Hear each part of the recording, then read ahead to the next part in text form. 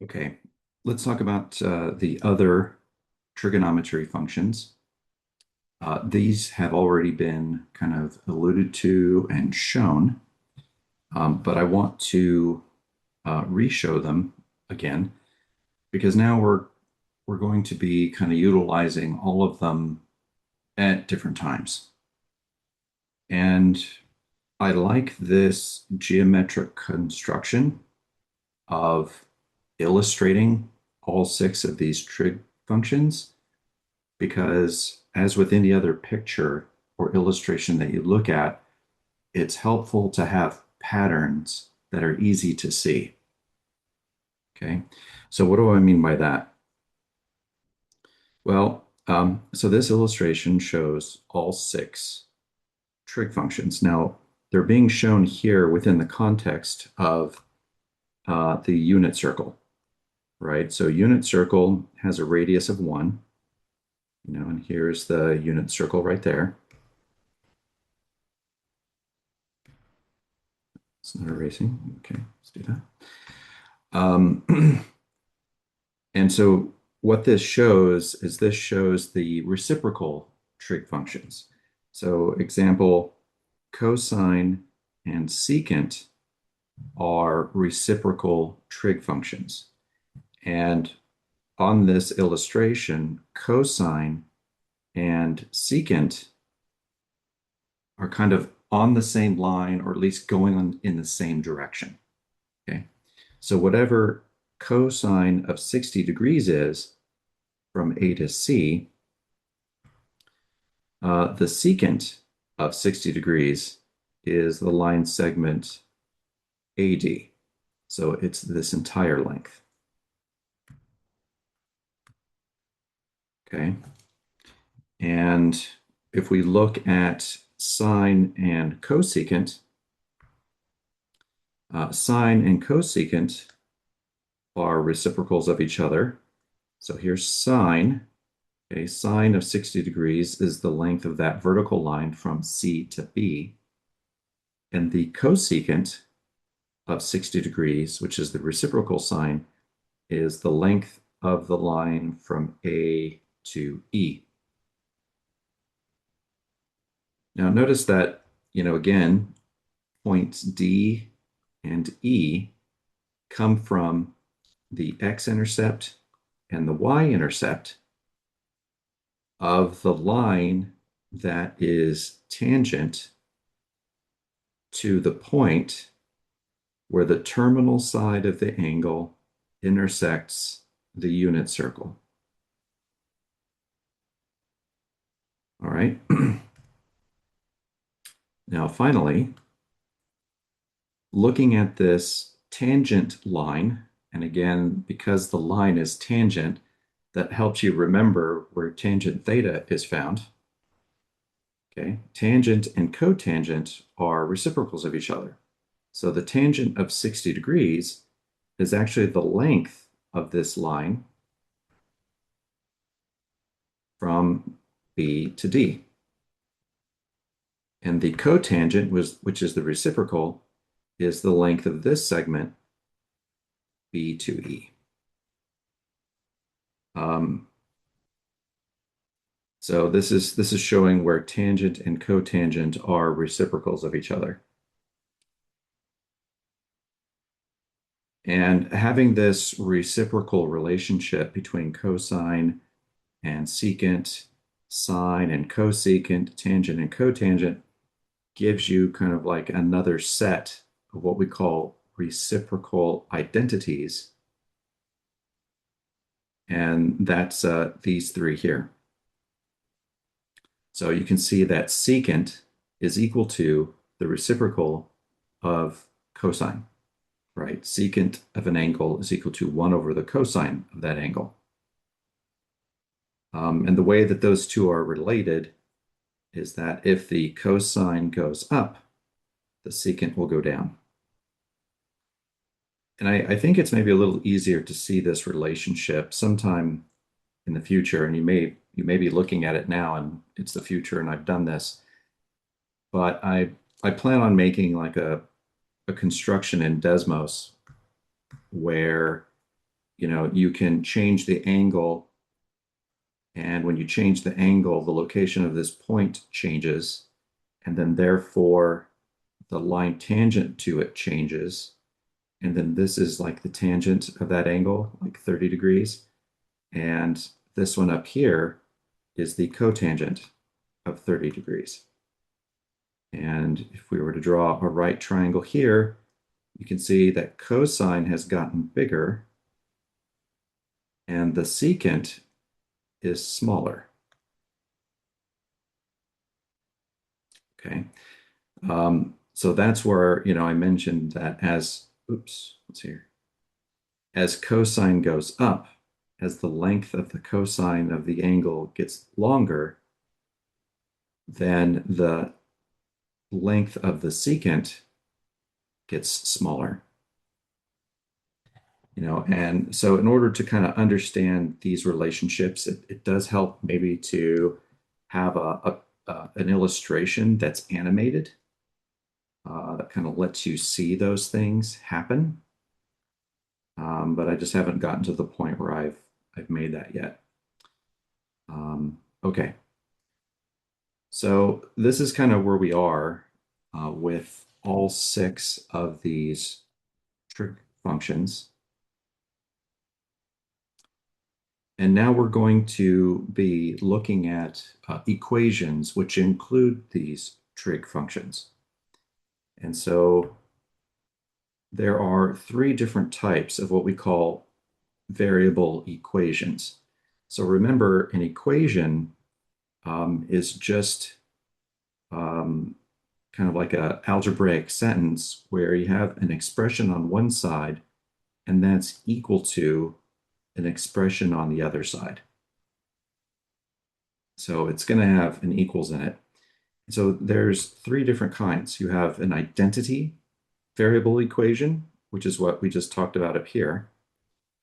You have a conditional variable equation, and you have what's called a contradiction variable equation. Now, a contradiction variable equation is in, let's see here, there's a little bit of a typo. I think this should be, yeah, I got too many equal signs. I apologize.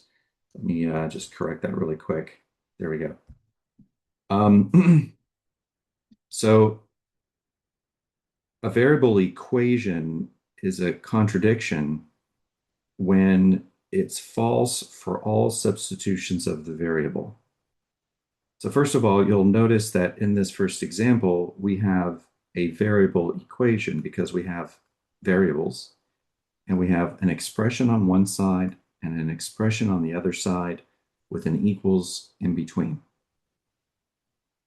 And, what do we mean that it's false for all substitutions of the variable?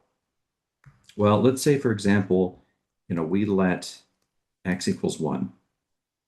So if we let x equals 1 and we plug in a 1 there and we plug in a 1 there, then we're going to have, let's see here. We're going to have 2 times 1, and we're going to end up with 2 times 1. And on the left-hand side, we're going to end up with 2 plus 3, which is 5. And on the right-hand side, we're going to have 2 plus 7, which is equal to 9. And 5 doesn't equal 9. That is a false statement. All right, and you can kind of see right away that no matter what value of x we put in, okay, so if we maybe let x equals 11, let's just choose another one. So we're going to have 2 times 11 plus 3, and that's equal to 2 times 11 plus 7. And then we've got 22 plus 3 and 22 plus 7. This will give us 25 equal to 29. Well, 25 is not equal to 29. That is false. So we plugged in another value of x. We substituted another value for x, and we ended up with another false statement. And, You could just keep putting in new values of x to convince yourself, but it's never going to be true. And we know that it's never going to be true because when you look at this equation, if this was like a regular algebraic equation and you were trying to solve for x, what would be the first thing you would do? Well, you would subtract maybe 2x from both sides. But if you subtract 2x from both sides, it cancels the x's there, and it cancels the x's there, and you got 3 equals 7, which itself is false. So just trying to solve for x, you can't do it. You just end up with a false statement. So, this is a variable equation, which is a contradictory variable equation. Okay, the next one up, is conditional, which means it's true for some substitutions and false for others. So what does that mean? Well, that means, like for this example, it's true when x is equal to 1, right? So if we let x be equal to 1, we have 2 times 1 plus 3 times 1, and that's equal to 5. And when we substitute 1 in for x, we get 2 plus 3 equals 5. And yeah, 5 equals 5. That's true. So it's true when x is equal to 1, but it's false when x is not equal to 1. So let's maybe let x equals 2.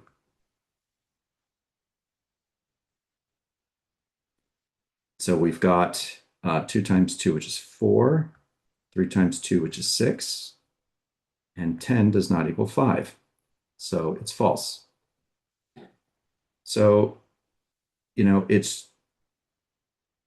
there are values of x that are true sometimes, but false other times. That's what we mean by conditional. Now, finally, we get up to a variable equation, which is called an identity. And I've used this word before and haven't really explicitly defined it. And just previously, I called these up above reciprocal identities. So what does it mean to be an identity? It means that the variable equation is true for all substitutions of the variable. That means no matter what value of x you put in, it's going to be true. So if we take this first one, and let's say we let x equals 1, okay, then we get 2 times 1 plus 3 times 1 equals 5 times 1. And so we're going to get 2 plus 3 equals 5, and 5 equals 5, right? That is true. All right, let's put in x equals 2. Okay, another value of x. 2 times 2 plus 3 times 2 plus 5 times 2. We're just putting 2 everywhere there's an x. And we get 4 plus 6 equals 10. 10 equals 10. Right? That is also true. And so I could let x equals 3. I could let it equal negative 2, negative 10. And when I simplify everything on the left and I simplify everything on the right, everything on the left will equal everything on the right, always, for all values of x. That's what it means for a variable equation to be called an identity. All right. So when we have these, what we call reciprocal identities, that means this equality exists for any angle we can think of. Any angle we can come up with, this quantity on the left will be equal to this quantity on the right. And, identities are so important that they are sought after. And so, these were some identities that I put together for you. And I think I may have shown this on a previous video. And you can see these are a bunch of variable equations where given any kind of degree angle theta, this theta on the left will be equal to all of this expression here on the right. And I think, yeah, you can even see I've got the reciprocal identities right here that I just showed you.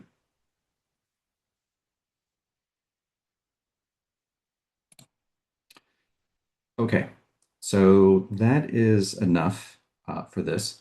What we're going to do is we're going to be diving into using identities. So if you do not have this page in front of you, when you're working on trig identities, you're going to want to have this page in front of you because you need to look at it.